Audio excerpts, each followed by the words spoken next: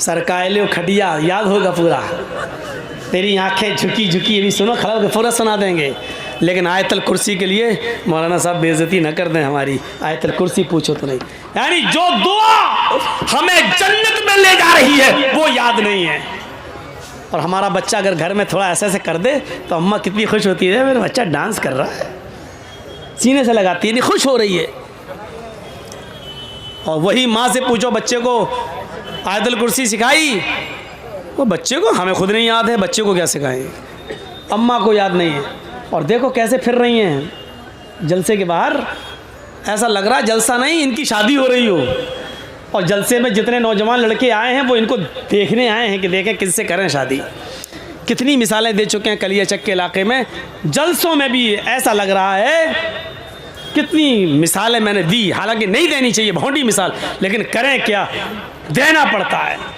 ऐसा लग रहा है जैसे एक कुतिया के पीछे 10-10 कुत्ते लगे हों। अल्लाह की कसम ये हाल है बाप।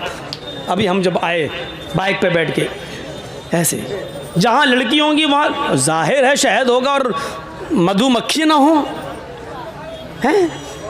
लेकिन ये सब सुन और ये सब बातें बताओ तो हंसते हैं आप लोग। ये नहीं सोचते कि घूमने वाली हमारी बहनें हैं, कोई अपनी बहनों पे हंस रहा है।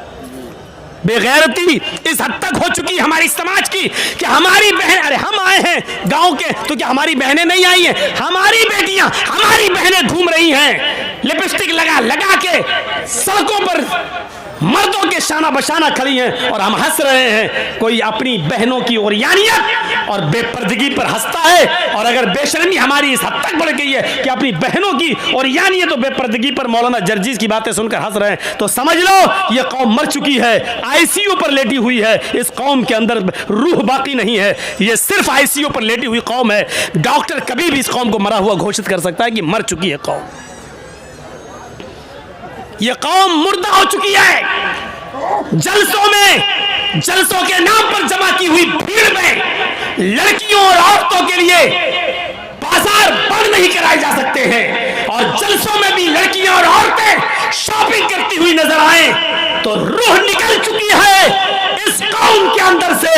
मौलाना जर्जीस मुर्दों से बातें कर रहा है, कब्रिस्तान में पड़ी हुई लाशों से बातें कर रहा है, किसी सिरसा जावेद कौम से मुखातब नहीं है, किसी बारूह कौम से मुखातब नहीं है, एक ऐसे नौजवान तबके से मुखातब है जिसके अंदर से रूह निकल चुकी है, ईमान की रूह निकल चुकी है, दयानतदारी की रूह निकल चुकी है, हया और शर्म की रूह निकल चुकी है। एक बेशरम समाज, एक बेशरम कौम से हम मुखातब होकर गुफ्तगू कर रहे हैं, एक मरी हुई लाश और मरी हुई कौम से हम आज खिताब कर रहे हैं। यह एहसास लेकर यहां से उठिए। आज मैंने मौलाना अबुल कलाम आजाद वाले जुमले दोहराए, एक मरी हुई कौम से मुखातब है, मरी हुई कौम से। किसकी बहनें हैं बाहर घूम रही हैं, सरों पर दुपट्टे तक नहीं है, और जलसों में आ रही हो तो लिपस्टिक का क्या मामला बताइए किसको दिखा रही हो? चिपके हुए कपड़े और चिपकी हुई लेगी, पैरों से चिपके हुए कपड़े किसके लिए? हमारी बहनें हैं और हमारी बेटियां हैं, हमारी बीवियां हैं। ऐसे ही कहा था अल्लाह के रसूल ने, दयूस, बार बार दोहराऊं, दयूस किसको कहते हैं? कितनी बार बताया जाए? जिसकी बहन, जिसकी बीवी, जिसकी मां, जिसकी बेटी बेपर्दा घूमती है वो भड़ुआ है। नहीं बोलूंगा दयूस, क्या कर लेंगे आप, मैं भड़ुआ बोलूंगा। जिसकी बहन बेपर्दा घूम रही है वो भाई भड़ुआ है, जिसकी बेटी बेपर्दा घूम रही है वो बाप भड़ुआ है, जिसकी बीवी बेपर्दा घूम रही है वो शौहर भड़ुआ है, जिसकी बहन बेपर्दा घूम रही है वो भाई भड़ुआ है। दयूस, अब योगी जी हमसे उत्तर प्रदेश में पूछे कि दयूस किसको कहते हैं तो बताना पड़ेगा ना, भड़ुआ। वो क्या जाने दयूस क्या होता है? कल मोदी जी पूछ ले मौलाना साहब, आपने तकरीर में कहा था कि वो दयूस है, दयूस किसको कहते हैं तो बताना पड़ेगा ना, दयूस किसको कहते हैं? भड़ुआ। हाँ, इतना बुरा। और भड़ुआ किसको कहते हैं मालूम है? वो भी बताऊंगा, सुनना पड़ेगा तुम्हें, नहीं तुम्हारे बाप को भी सुनना पड़ेगा। 2 घंटे 1.5 घंटा यही तो मेरा पावर है, इसके बाद हमारी चलेगी कहाँ? इसके बाद तुम कहीं बोल ही नहीं पाएंगे, जहाँ बोलेंगे वहीं पिटेंगे। यहाँ ये अथॉरिटी पावर मुझे अल्लाह के नबी ने दिया है, इस्लाम ने दिया, शरीयत ने दिया है। भड़ुआ कहते हैं उसे जिसने अपनी माँ बहन बेटी को चकले पे बिठा दिया हो और उनसे जिना करवा रहा हो और उनकी कमाई खा रहा हो, इसको कहते हैं भड़ुआ। अपनी माँ बहन बेटी बीवी से गलत काम करा के उनकी कमाई को खाने वाला। इतना बुरा जुमला अल्लाह के रसूल ने कहा, जिसकी बहन बेटी बीवी माँ बेपर्दा घूमती है वो ये है। कोई फर्क नहीं पड़ेगा। मैंने टेबलेट नहीं दी, ऑपरेशन कर दिया,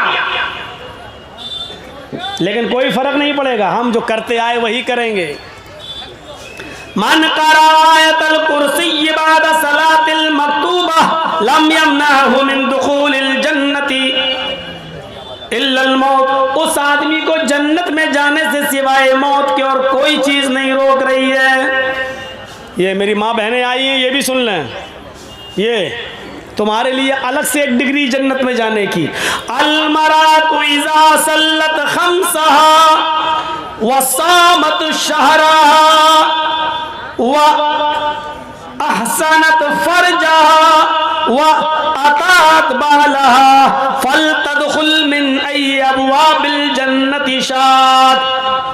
इमाम अहमद अपनी मुस्नद में, इमाम बैहक़ी अपनी सुनन में इस हदीस को लाए हैं। गौर से सुनिएगा।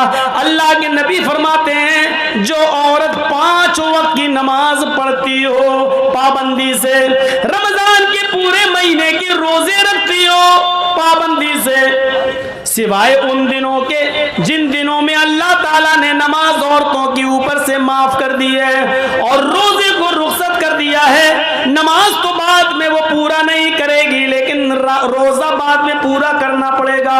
औरतों को कुछ दिन पीरियड आता है, जिन पीरियड में, जिस पीरियड में, जिस महीने में वो नमाज नहीं पढ़ेंगी। पीरियड किसी औरत को 3 दिन, किसी को 4 दिन, 5 दिन, 7 दिन तक आता है। बहुत सी औरतें ऐसी भी होती हैं कि 15-15 दिन तक भी आ जाता है। तो मैं उस तरह नहीं, जितने दिन जो उसकी आदत है, 3 दिन, 4 दिन, 5 दिन, 6 दिन, आमतौर पे 4-5 दिन होता है। तो मेरे भाइयों, इतने दिन औरतें नमाज नहीं पढ़ेंगी।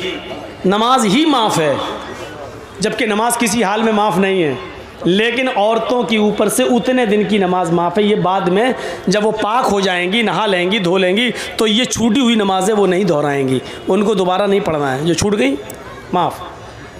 और रोज़े के महीने में अगर उनको पीरियड शुरू हो जाए, जैसे मान लीजिए आपके यहाँ 5:30 पर, एक मिसाल दे रहा हूँ, मत कहिएगा कि मौलाना साहब 5:30 नहीं, हमारे यहाँ तो 6 पे हो रहा है, मिसाल मत दीजिएगा, एक मिसाल दे रहा हूँ। 5:30 बजे अगर आपके यहाँ रोज़ा इफ्तार होता है, 5:30 पे टाइम है और किसी औरत को 5:25 पर महीना शुरू हो गया, पीरियड शुरू हो गया, तो ये रोज़ा पूरा का पूरा उसका जोड़ा नहीं जाएगा, रोज़ा ख़त्म। सुबह 5 मिनट पहले उसको पीरियड आ गया, 5 मिनट छोड़ो, 2 मिनट पहले आ गया, 1 मिनट पहले आ गया, 5:30 टाइम है, 5:29 पे आ गया उसको पीरियड, तो ये पूरा का पूरा रोज़ा उसका शुमार नहीं होगा। ये रोज़ा उसको नहीं जोड़ना है, इसको बाद में पूरा करेगी और इसके बाद जितने छूट जाएंगे उसको। लेकिन सुबह से शाम तक जो भूखी प्यासी रही, इसका सवाब अल्लाह उसको देगा। ऐसा नहीं कि उसको महरूम कर देगा, सवाब मिलेगा उसको, लेकिन रोज़ा नहीं जोड़ा जाएगा। रोज़ा बाद में पूरा करेगी और जितने रोज़े छूटेंगे इसके अलावा वो भी। तो जो औरत 5 वक्त की नमाज पढ़ती हो और रमज़ान के पूरे महीने के रोज़े रखती हो, वह अहसनत फरजा, और अपनी शर्मगाह की हिफाजत करती हो। शर्मगाह की मैंने बता दिया, शर्मगाह की हिफाजत के 2 माना।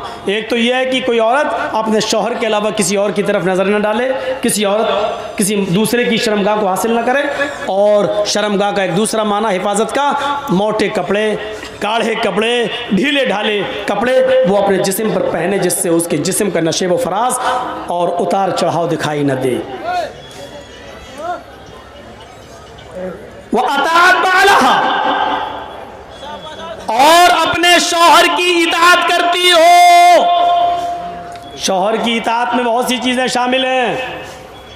शौहर की इताअत में एक बात याद रखिएगा, आप किसी औरत से निकाह करके अपने घर लाए, आप अपने कपड़े बीवी को दे दीजिए और बीवी आपके कपड़े धुल देगी, आपके लिए खाना वाना पका देगी, आपके सर में तेल डाल देगी। ये जिम्मेदारी है औरत की। हज़रत आयशा अल्लाह के नबी सल्लल्लाहु अलैहि वसल्लम के सर में तेल उस वक्त भी डालती थी जब अल्लाह के रसूल एतिकाफ में बैठते थे और अपना सर हुजरे में कर लेते थे।